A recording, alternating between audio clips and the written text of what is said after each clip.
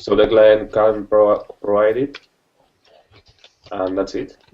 The other one is the facility is being created for the first time in that facility registry. So the client doesn't provide a UUID, and then it gets generated.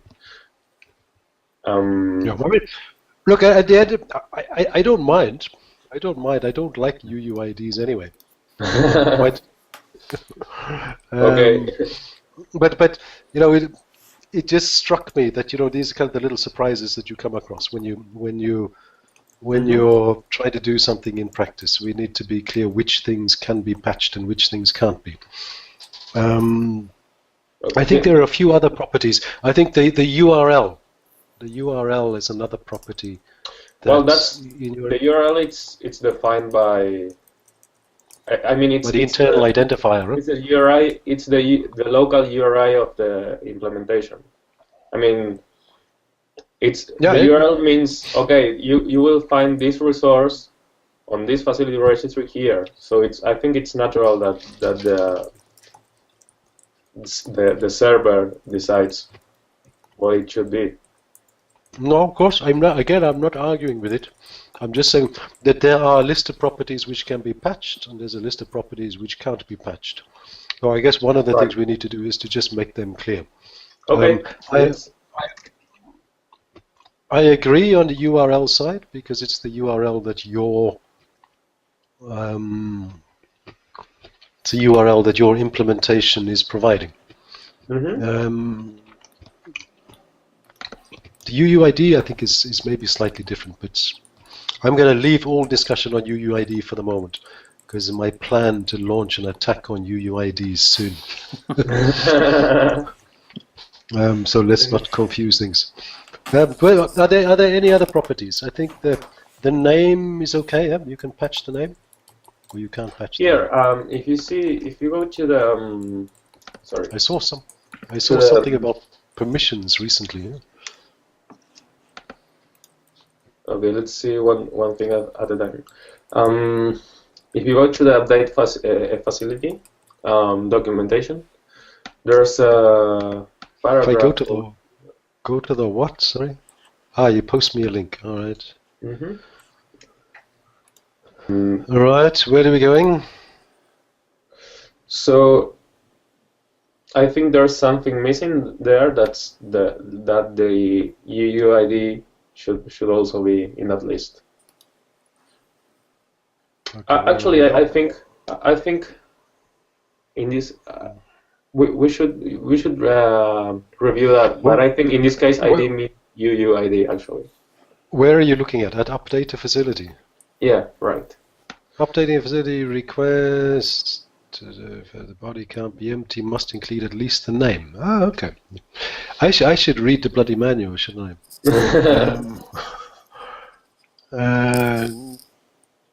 Okay, so what we are saying is it must include at least the name that will be used. Okay, so the assumption is we're always going to update the name then.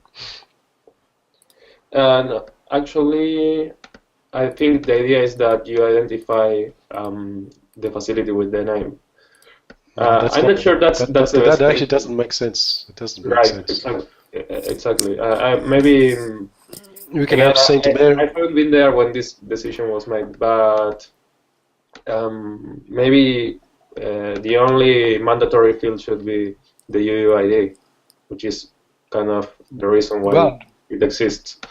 Well, not really. I mean, the only reason for having the UUID as a mandatory field would be if you wanted to update it. Yeah, well, that's the update. And given that you can't update the UUID anyway, no, I'm not sure. I'm not sure if there needs to be. I'm not sure if there needs to be any mandatory fields. What is the point of having mandatory fields? I mean, if you do update with a blank, then so what? You're wasting bandwidth. That I'm not sure what is achieved by. Well, certainly nothing is achieved by having the name. Except perhaps if you were doing some kind of cross-check. But no, I don't think so. Sure. The thing is, I agree with you, basically. The thing is, I haven't been there when that was defined, and I'm sure it got a lot of discussion, and perhaps overriding that without consulting the ones who made that call. Yeah, no problem. I think maybe we should just focus on filling the gaps of what we need. I mean, of course, it doesn't sound great that you have to, put a name just for the sake of not sending an empty body. I think that may be related to some limitations of certain versions of certain browsers. For example, I remember that there was a version in Firefox which would fail when posting empty bodies. So maybe it comes down to that, but I really don't know because I haven't witnessed those discussions. I don't recall the discussion. But you see, I guess the point is what we're saying here. Okay, you're saying the ID URL created at and updated at core properties cannot be changed by the client. Because created at and updated at can, depending on the semantics, can be different. But an update including any of these properties unknown core properties should result in a 400 band request error. Okay, so we'll sit there clearly.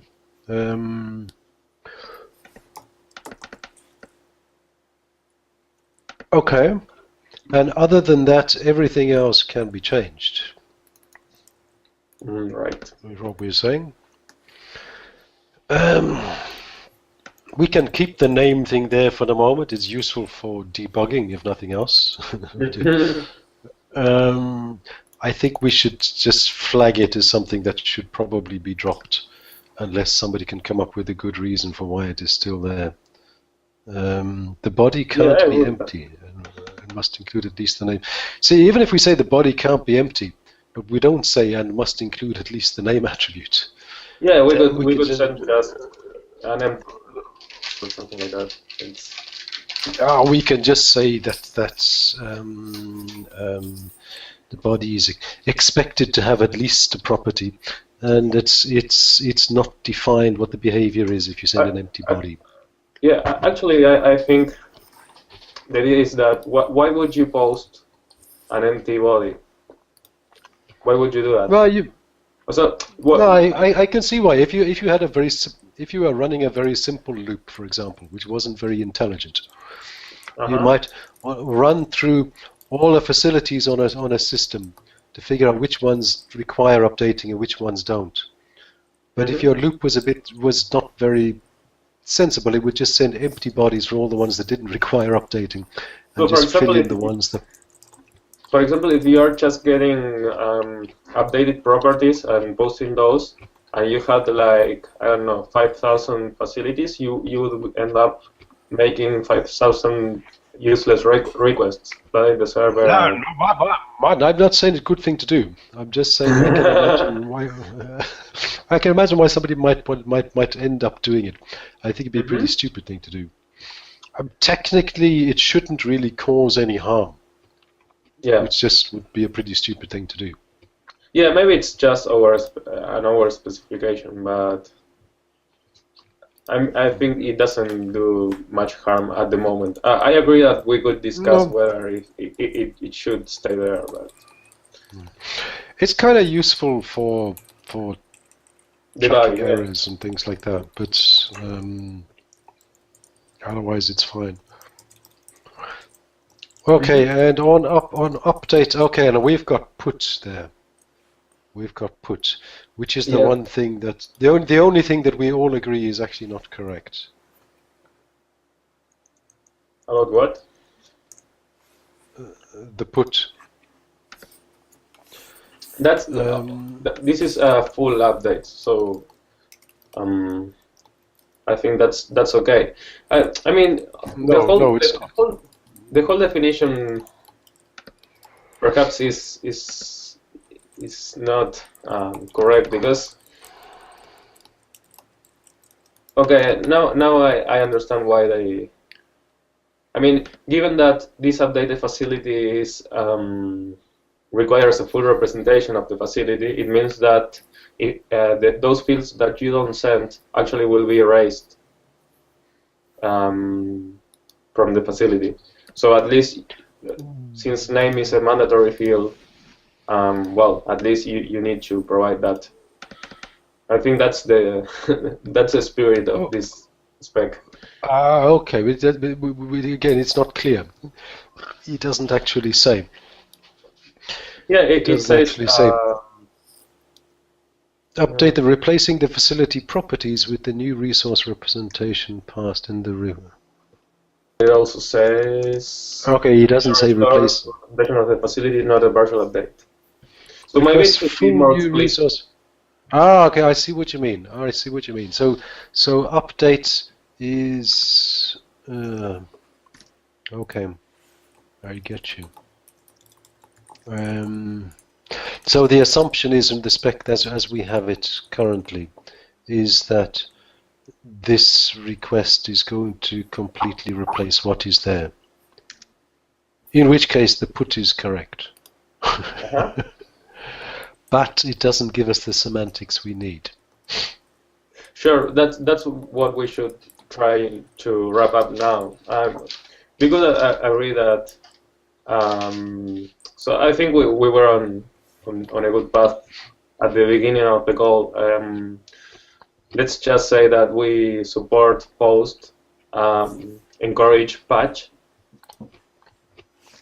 and of course post will support partial updates. You just send the properties you want to get updated, and that's it. Okay, so for update a facility, currently, I'm just looking at this. I'm looking at the section in the manual, right? Where currently we define the behavior of the put verb on that resource. What we've said there for put essentially is correct. It's fine. Yeah. Right? Mm-hmm. But we also need to define the semantics of patch. And then we need to have a note to say that using post will have the same effect as using patch. Yeah, we can do that. And so we would add a section there, which would be like partial update to a facility. Yeah. And it would be linked to the patch verb.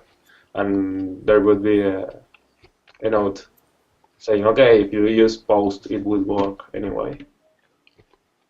Yeah, the post will have the same semantics as patch. For incomplete representations, yeah. Yeah, because so if you use put, then the assumption will be you're talking about a complete update. Yeah. If you use patch or post, but on the same resource, the assumption will be that you only update those properties which are present in the message. Yeah, it would be if the facility exists. Because the thing is, you would be there's a slight difference between the current post. I mean, to create a facility, you would post to the facilities.json endpoint. Yeah. The resource that you're posting to is different, so there's no. Yeah, exactly. So it's fine. Yeah, so they will have exactly the same semantics. Which patch and post. Yeah, exactly. Yeah, I think that's the easiest solution. So we encourage patch because that seems to be the right thing, but we also support post as having the same semantics as patch for whatever reason you can't patch. Mm-hmm. And put, we keep exactly the same as how it is.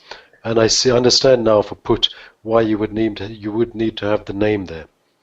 Yeah, right. Because at the very least, you can't create a facility without a name. Exactly. Right.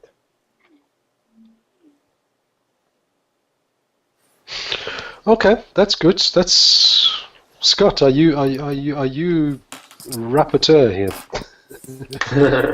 Yeah, something like that. I think that sounds good. I've been typing down some notes here and also chatting with Jim just on some of the facility data that's available out there. I just saw Jim has been writing something. Let me just read what Jim has. Yeah, I think has Jim written anything? To summarize, he was looking for a public list of master facility lists for any and all countries that are out there.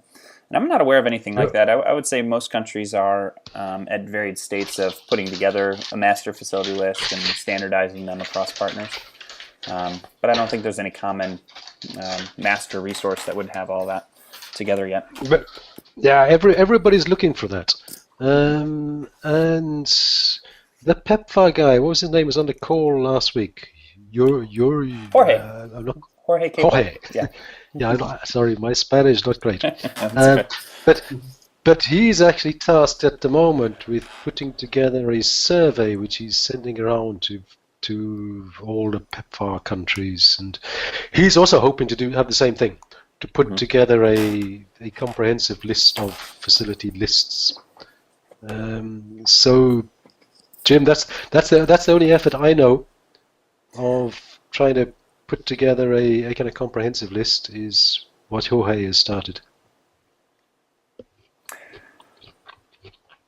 Yeah, and so Jorge would probably also say that he seeks to work closely with this group as well through OHIE, and so I think in the coming months, hopefully there'll be more details as to what will be the specific outcomes of that as far as creating master facility lists in PEPFAR countries. But more details to come, and certainly he can speak more to that as well. Yeah. But in terms of me and Martin waxing lyrical about patching and posting and putting and the like, you want to write that up, or Martin, do you want to write up what we've kind of agreed? Stick it on the list. Yeah. I think between Martin and I, we can toss it back up on GitHub and kind of wrap things up for that issue. That sounds good. I think we're clear enough. Okay. What was the other issue? Number 2 on your list. Yeah, let me bring up the agenda. Hold on, too many windows here. Try and remember. I have. I think we wanted to talk a little bit about metadata, everyone. I believe, right, Martin? Hierarchy support. Yeah, those two are the two more important we saw at the moment. So I'm not sure where is the metadata issue in GitHub. I'll post it here. I was talking about the hierarchy one. Here's the hierarchy one, and then I mean the two issues are potentially related. Depends how you define scope. Right. I think the metadata issue is probably more important. But anyway, did you get a chance to read my little note that I added to the issue this morning? Which number is that, Bob? Hold on. Is it number 57 here? All right, now I clicked on what was on your agenda. 28. 28. Oh, are you talking about the metadata one rather than the hierarchy one? Yeah, 57. We can talk about both. Let's start with 28 though, because we're already kind of talking about that one. I'm just following your agenda. Yep, 28 sounds good. Let's start there. So let me see what you wrote. Hold on. Martin, do you have a chance to look at Bob's comment on 28? So we get back to 28. Okay. Yeah. Sorry, Martin. I know you want to talk about metadata. No, I still did, but if you give me a minute, I will.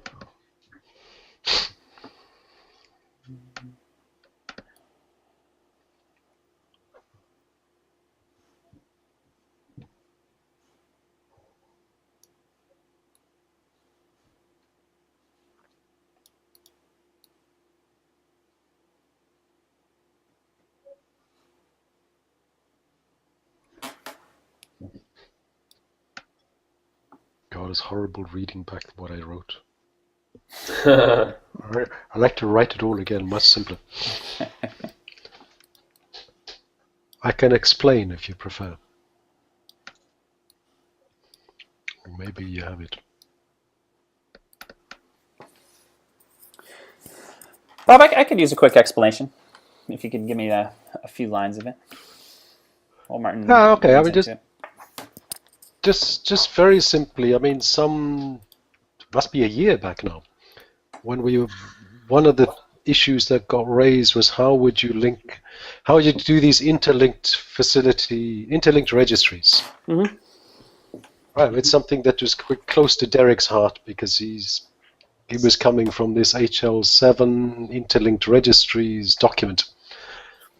And my proposal on how you would handle interlinked registries is you'd have a property of type link, where you could say things like the services, I'm typing here,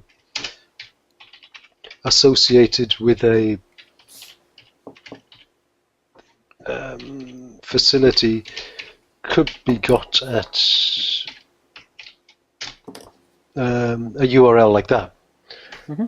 Providers similarly, right? So the way you'd manage interlinking registries is just by having a link type. If you have a link type, you can also create links like who's my administrative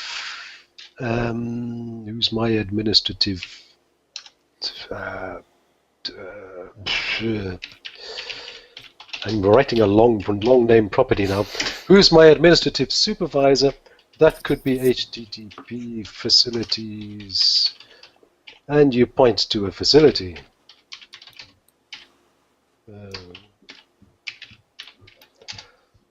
For example. So I think the simple fact of supporting a kind of link type property, where we can embed URLs as properties of the facility, means we could probably address most of the hierarchical issues without actually making a big deal out of it. We can simply say, well, if it's a tree that you're referring to, then it's easy enough for a facility to link to who its parent is. If it's any other kind of structure, again, whatever you can build with links, you can make. Mm-hmm. I don't like the way Morten had it in terms of the way we got DHIS implementation going. As I said in my note, I think it's valid what's been done, but it's not something I would necessarily recommend. So yeah, that would be my suggestion, that we simply support links, and not particularly because I'm interested in hierarchies, but I think if you support links, you can solve the hierarchy problem at the same time. There is another way of solving the hierarchy problem, which is to look at it as an item of metadata. All right, so to move the scope outside of the facility need not be aware what kind of structures that it's part of. That can be described separately, but then there's a whole bundle of stuff that needs to be described separately, which we are very long way from doing yet. So that would effectively involve kicking the can down the road for a bit, because everything else about the metadata, we don't have a consistent way of exchanging at this point. Mm-hmm. Right, but the first question is whether we want to do that through the API. I think that was one of the concerns Chris brought up to the metadata issue.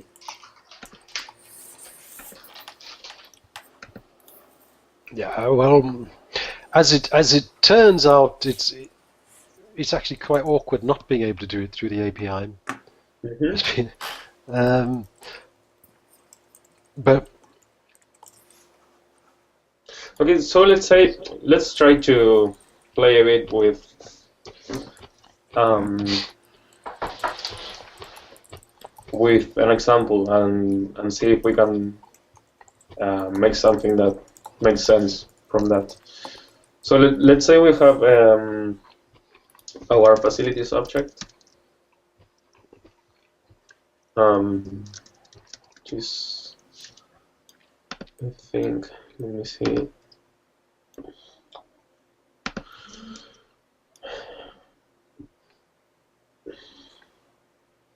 Facility object. Okay. So right now we have a facilities which has an array of facilities inside it. I'm going to use the what are you talking about? Are you talking about your implementation? No, the current Fred API, the basic object. Okay. Is supposed to return a facilities collection like that. Right. We could include inside it. I'm just starting to spike something. I'm not sure whether we are going somewhere or not. Let's see. What if I have a sense where you're going. Okay, so let's say we have, for example, a metadata property or property list, and the facilities. So maybe even we could just have a metadata endpoint. Yeah, like separate that. endpoints. Yeah. That's what we have in DHIS effectively. We have separate endpoints for metadata. Okay, I think that makes sense, and also allows you to make the facility objects more light, because you don't need to repeat all the metadata there, which is one of the current issues. So maybe each property, as you suggested, should have a URL. For example, I don't know, facilities, facility. I didn't suggest each property should have a URL. It's not a bad idea, but I didn't suggest it. So maybe I was just taking a leap, but I mean, if that was the case, then you could put to those properties. Exactly. The idea that's the idea, to brought them up as first-class citizens in the API. So that would let you, for example, in a facility object, I could say, for example, inside the property bag, I could say property URL, whatever. Are you typing? Yeah, I still haven't pressed enter. You haven't pressed enter. Okay, that's fine. Robert, let's say, sorry, value, and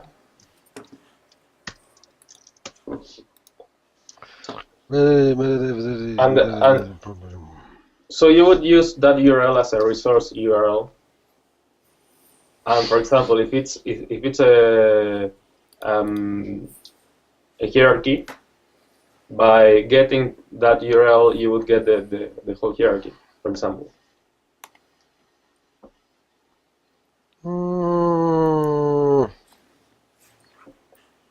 No, I'm not sure if I get you.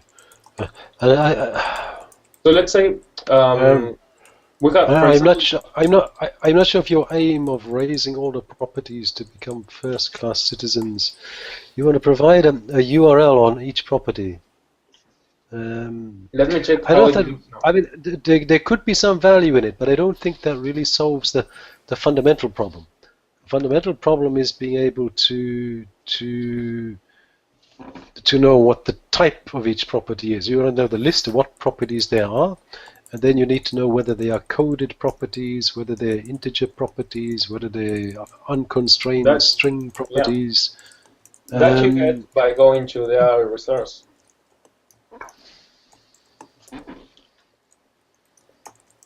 So let's say, for example. Yeah, but then it would take me half an hour of to find out what I needed to know. You mean go to each property individually? I know what was suggested before by Matt Berg was that we could use something like an X form for this, which is like an interesting enough idea, particularly while we were still thinking more in XML terms. I mean, an X form gives you the ability to define those constraints. Mm-hmm. Otherwise, you just use a simple schema. But I mean, again, with JSON, we don't have a great schema equivalent. No, we could just add a type field, but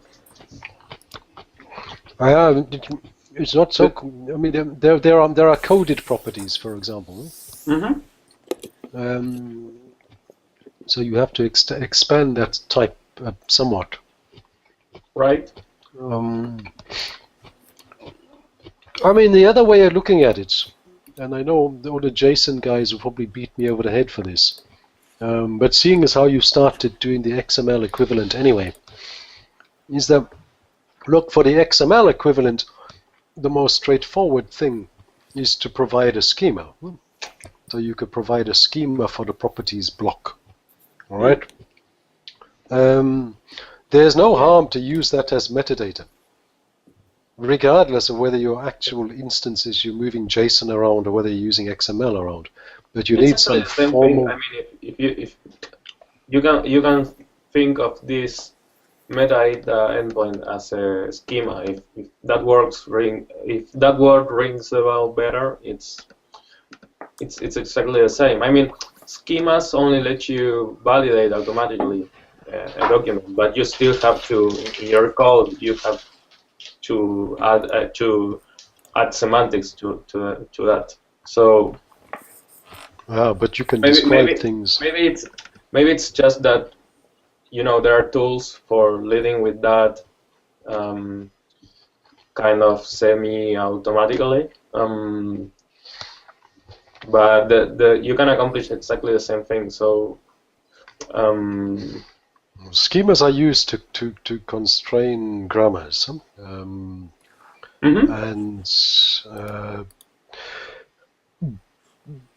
if you do, if you create the, you constrain the syntax, right? But then you have to work with the semantics. So. But the semantics is not the. We're not worried about the semantics. We're worried about how we can exchange the metadata from one application to another. And so the fact that you have a property of type, coded type, which is ownership, for example, you don't. At that level, you don't need to understand the semantics. You need to have a grammar for exchanging the you still need the codes. I'm not sure. You still need to know what to do with an option field, what to do with a multiple option field, what to do with a hierarchy field. No, but you're talking about fields. You're thinking in user interface terms. I'm just thinking about the data, right? But I mean, if you get, for example, let's see, you get, I don't know, a property of type text. What you're interested is that it would accept any possible value, for example. If it's an option property, what you're interested in is that you need to constrain that that universe of values. You can do that regardless of the format you use. I mean, you can describe it in many ways. I mean, you could even write a paragraph. But The only formal mechanisms that I'm aware of for describing those things is using some kind of schema language, or some kind of form description language,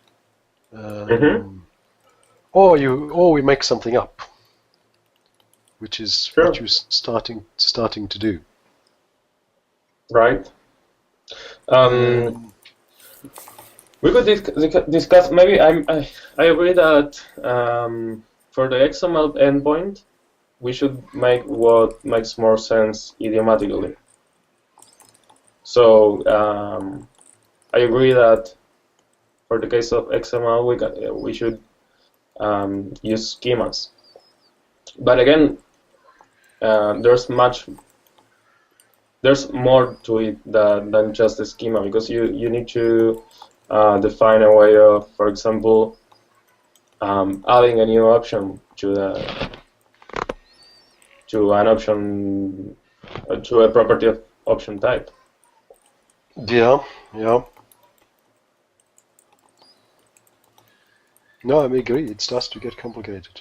That's why we've kicked it down the road up to now. Yeah. I mean, in DHIS we do all of this, but I think we effectively always overwrite. No, in fact, no. Options are first-class objects. You can just add a new option. What I think we can't do very easily is delete an option. But that's maybe not something that's absolutely necessary to do through the API. Would be useful. But Martin,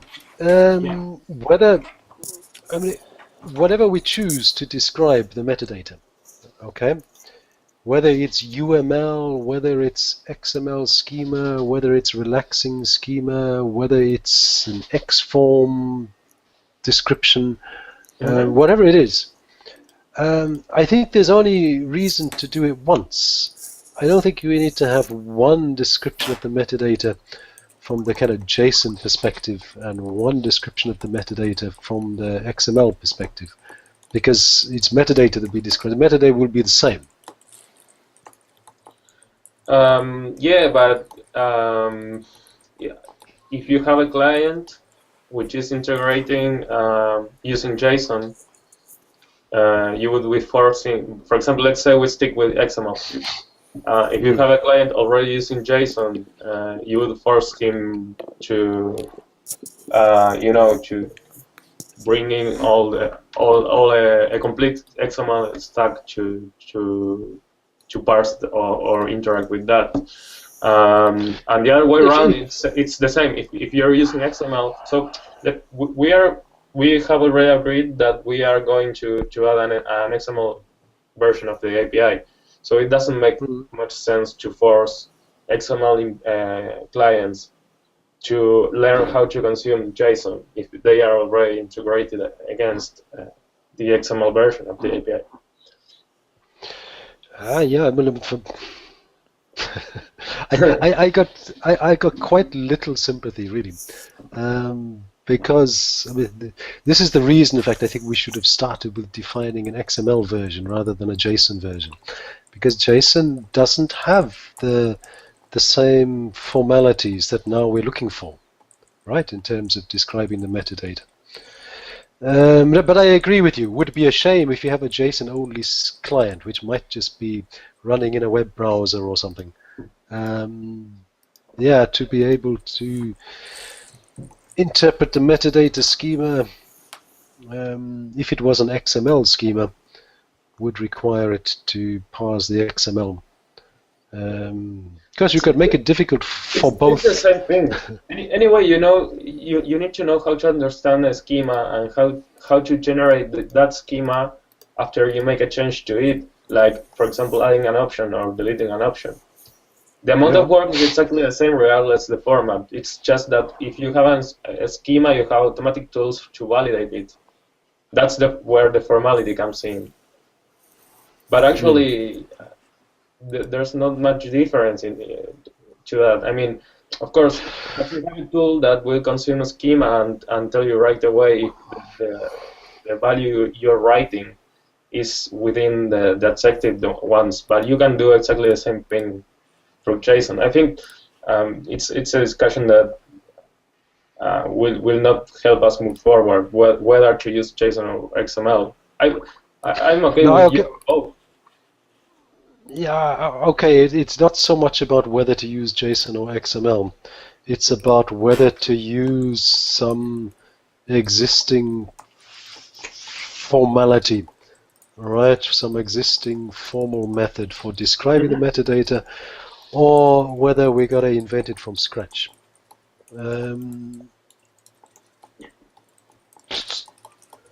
It's not such a difficult thing to invent.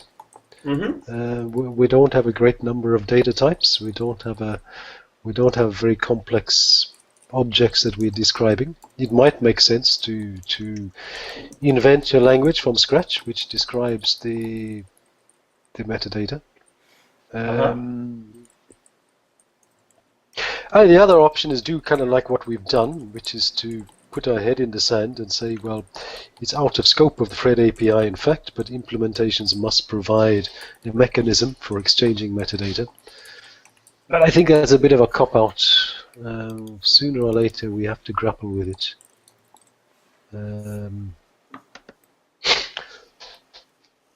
Yeah, I don't know. What I do know is 5:10 here. I gotta go. Okay. It's an interesting problem. I don't think we've got a solution to it. I think, as you've said before, and as I agree, the best way of approaching it is put down a couple of examples and we see how they look. Yeah, right. I think that's the. So, for example, you have this. But Martin, maybe not right now. Yeah, maybe we can take it to GitHub and we'll have it offline for a little bit and we can kind of go back and forth with some of those examples, if that sounds good, Martin. Yeah, I think that the first thing we have to agree on with the rest of the community is that we want to expose metadata, or whether we want, because I'm still a bit worried that Chris didn't found it as to be a good idea. So I would like first to discuss that, and that part of the discussion to move on the implementation of that. Okay, all right. Well, Bob, we'll let you go. I know you probably got another call to get to, but let's keep the GitHub active with the conversation in between now and our next call. And yeah, thanks for joining for today. Yeah, unfortunately, I'm probably gonna miss the next call. Okay. The Morten should be in on it. I'll be sitting somewhere, hopefully lost and drunk in France. That sounds great. Well, I hope you have a great time in France and drive safe in the camper with your family and everything. Hey, Bob. Before you leave, guys is there yes, anything I'm owing you as regards the integration in Rwanda? I mean, anything any roadblocks you're stumbling upon, or I think I'm not aware of anyone, but. Hey. Martin? Yeah. Hey, Bob, can you hear us? Sorry. Yeah, everything froze there for a bit. I think I lost the last 30 seconds. Okay, no problem. Yeah. My question was if are you stumbling upon any roadblocks with integration of DHIS and resource map in Rwanda? Anything that I could be owing you, whatever? Not at the moment, but I mean, I've kind of avoided some of the difficult areas so far. I have, for example, for the moment, I've completely ignored hierarchy. Right. I think as a first pass, we could just make the thing work, and we can be guaranteed that we've got a good set of facilities. We worry about how we address the hierarchy stuff next. Okay. So I've kind of ignored that. But the issue that I need to address, I'm going to be looking at it this evening, is harmonizing the codes on both sides for where we have coded vocabularies. For example, as you know, there's the ownership and the facility type. I think those are the two common ones, but there are others. It might. The way I conceive doing it is I can do it manually by creating layers and creating objects on layers and adding in the codes through the user interface. Mm-hmm. I'm prepared to do that while the number of codes are small. But it would be nice to have an automatic way to do that. And I think longer term we probably need an automatic way to do that. But that comes back to the earlier discussion we've been having about metadata. Yeah. For example, if Randy decides to, or the Ministry of Health, create a new ownership type, we need to have a way of propagating that between the systems. But as far as I know, those kind of codes currently are fairly small in number, so I think we can get away with doing it manually to start with. If you could provide me with a good way of updating those metadatas automatically, that would be useful. Otherwise, I'm going to do it manually. We can move forward more quickly with the native API.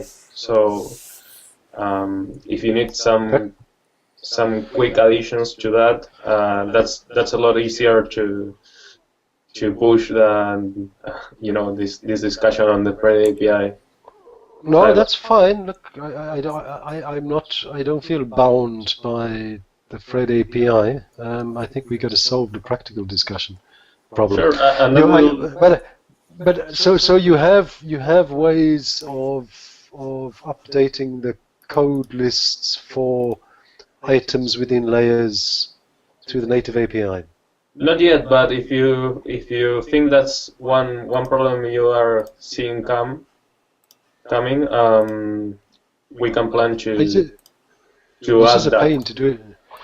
It's just a pain to do it manually, and there seems to be no automatic way to do it. Okay. So that's the one challenge I've avoided up to now, but I need to address it. As I said, I'm probably going to address it this evening. What's the other? Yeah, the other thing which I think we need to specify in Fred API if we haven't already specified it, but I think it's maybe an implementation issue on your side, and it comes down to the dreaded UUIDs, which I'm going to write a very long email as soon as I get the chance.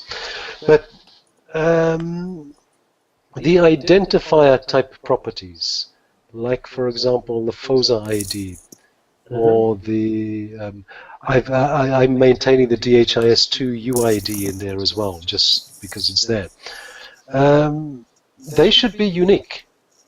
Currently, you don't have any constraint over identifiers being unique. So it means that it's possible to create two facilities which are duplicates of one another. Mm-hmm. The only difference being they have different UUIDs,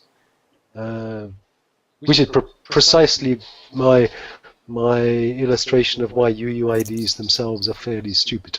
I mean, you can have two completely different random numbers the same way that 2 grains of sand on the beach is not going to be identical to one another. But at the end of the day, it still lets you create duplicates. It's not doing anything useful other than satisfying some mathematical thing. I agree.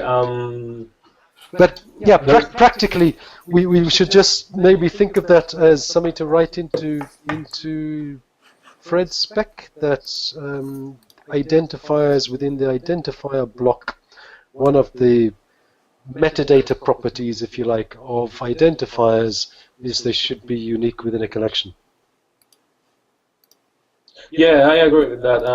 I think that's going to be useful also in many situations. I mean, if you can provide guarantees that the identifiers are unique within an agency and context, you can start using that to, detect when facilities are actually duplicated or whatever. You can start trying to merge facilities which come from different registries. I think that's an interesting warranty to provide. Yeah. So at the moment it's a little bit fragile. I try very hard not to create duplicates. I mean, basically what I do, I can explain. I create a new facility with a post. When I create a new facility, I collect the href of it, and store that back into the DHIS2 facility, right? So when I'm processing a list of DHIS2 org units which have changed over a period, as I look through them, if the href is null, I assume it's a new facility. If the href is not null, I assume it's an update. Yeah, that's the logic that I follow. It seems to be reasonably robust, yeah. Unless somebody accidentally types some shit into the href on the DHIS side. But is that field writable by a user, for example? Yeah. Because that should be an internal system. Yeah, you see, it's a funny thing. We have a URI on DHIS2 site, which identifies the facility in the same way, right? But then we also have a descriptive field called, I can't remember, it's called URI or whether it's called href, something like that, which I'm just copying your href into. So I think the original the purpose of that URI I think was for, there were some facilities that might have their own website. I think that was it. Okay. And they thought it was a good thing to have this descriptive field. So I'm kind of multi-purposing that field. So the thing is that overwriting that property is like overwriting the internal facility registry ID. It's similar to doing that. But I believe you wouldn't try to update that. For example, let's say I don't know, in resource map, facilities have an incremental integer ID. So we return that through the Friday API. Let's say some user enters a different ID for the facility, a different resource map ID for the facility, and then you try to post that to resource map again. I mean, it doesn't feel like that's appropriate. So I think the href should be. No, maybe we're just reading too much into the name href. But we have a field, right? We have a field in which we copy the href from resource mapper into. Right. Right, because we need to have a reference to it. And then whether we have that reference or not is what I use as a guide to know whether this facility has been created within resource mapper or not.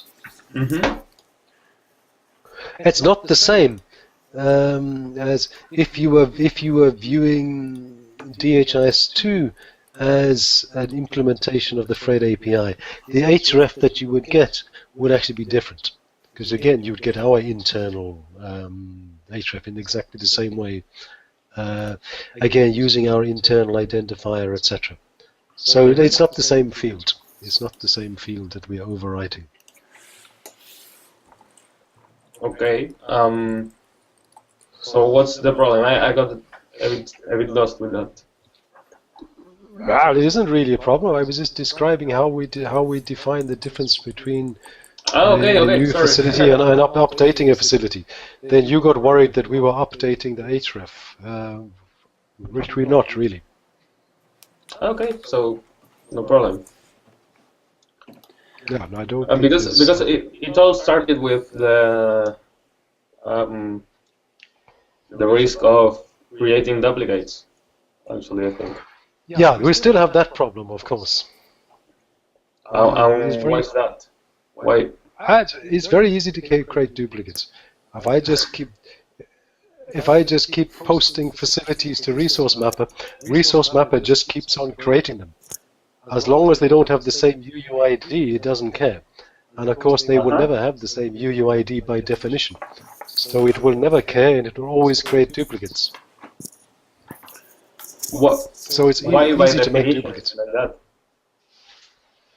By definition, if you make a new UUID, it's going to be different to the previous one. Yeah, but well, in theory. So that means, and as long as those UUIDs are different, then you're quite happy that everything else is duplicated. You don't mind if the name is the same. You don't mind if the FOSA ID is the same.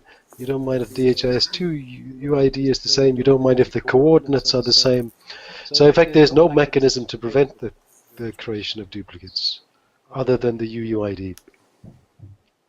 Yeah, I think that's why the UUID is there, but it doesn't work because we can never post a UUID anyway.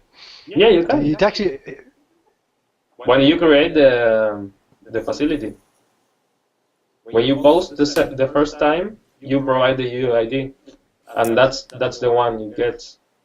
No, okay, could be. I can't remember if I tried that. I think maybe just verify that and let me know. I think when I tried that, it refused. Yeah, if it doesn't.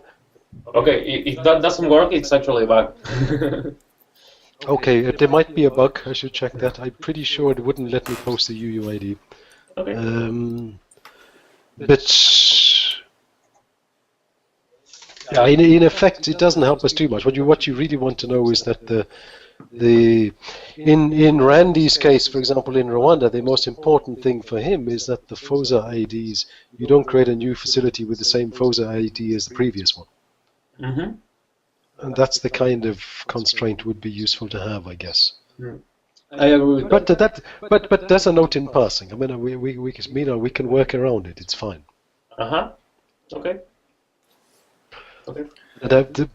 The reason I don't end up creating duplicates all the time is why I was explaining about the href. I know whether it's a duplicate or not by whether I've got a resource mapper href or not. Mm-hmm. Yeah, that makes sense. As long as nothing fails before. In the meantime, between you got the response to the post and you store the value in the database. Yeah. Or somebody just went and edited it. I mean, we have to find some way of kind of disabling users from editing those fields. Yeah, that was my initial concern when you mentioned. It's generally the problem when you've got. I mean, we've got 3 or 4 DHIS instances, and we've got Resource Mapper, and all of them have got the ability to update and edit facility data, and yet all of them have to somehow be kept in sync with one another. Ideally, what we want to do is just edit the stuff in one place and turn it off in all the other places. In reality, it's not so easy to do. And in some cases, we may find, and I think it'll be the next phase, there'll be some properties that we want to edit on one system and other properties we want to edit on the other. So we have to make it a little bit more sophisticated. Yeah, there are some. I think that there's a difference between properties that you just expect as an input to your system, properties that you will want to post to other systems. So there's a difference between those. But do you have any other clients to your Resource Mapper application currently in Rwanda? Is anybody actively hitting it? I don't think so. Scott? No, I don't think so yet. What's happening? But I think this is kind of like one of the next steps for us that I was hoping to talk to Randy about shortly was, what might be some other of the, e-health systems in country that they would want to integrate with. I was talking a bit yesterday with Randy about Iris, in the sense that we're pretty much done in terms of integrating Iris data with DHIS, but the most fragile part of that is going to be keeping the facility IDs in sync with one another. That's always the case. Rwanda's not so bad, but I mean in places with many thousands of facilities. So as far as I know, I think the facility registry guys, Luke and Carl and them, have been in discussion with you guys about that. I don't know if they have. About how Iris? They, or? Yeah. How does Iris keep its facilities correct?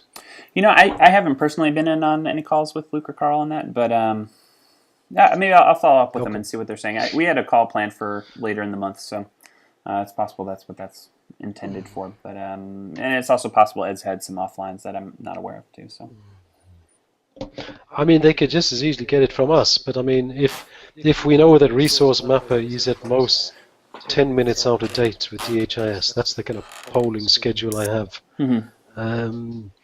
Then yeah, they should be getting it from you. Yeah, I think that was the goal from our perspective, was to set it up that way. So I mean, I think the good position we're going to be in, at least in a couple of days before I get to France, I hope,